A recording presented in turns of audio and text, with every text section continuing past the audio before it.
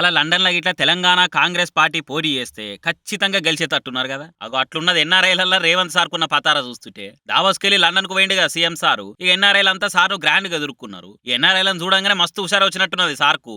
వాళ్ళకు కిక్ ఇచ్చేటట్టు స్పీచ్ ఇచ్చిండిగ.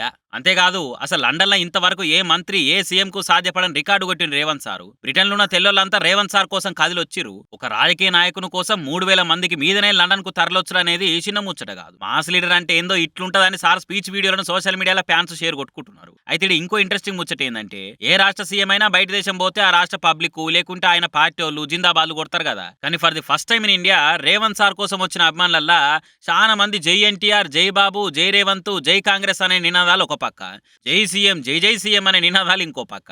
ఆంధ్ర పార్టీల అభిమాన నేతగా కూడా రేవంత్ రెడ్డి సార్ జై కొట్టించుకుంటున్నాడు. ఇక ఇదే మీటింగ్లకెళ్లి బీఆర్ఎస్ గుర్తు లేకుండా చేస్తా అని ఎన్ఆర్ఐలకు ఊపొచ్చేటట్టు చెప్పుకొచ్చిండు. అటెంక బ్రిటన్ లో హెరిటేజ్ బిల్డింగ్ అయిన వెస్ట్ మినిస్టర్ ప్యాలెస్ లో సార్ స్పీచ్ ఇచ్చిండు. ఇది కూడా అరుదైన రికార్డుగానే చెప్పొచ్చు. ఆడ ఎంపీలతో కలిసి అక్కడ పార్లమెంట్ కళ తిరిగి చూసిండు. మొత్తానికి రేవంత్ రెడ్డి సార్ సీఎం చేసిన తొలిసూరి ఫారెన్ టూరు ఫుల్ సక్సెస్ అయిందని అంటారు కాంగ్రెస్ అభిమానులు.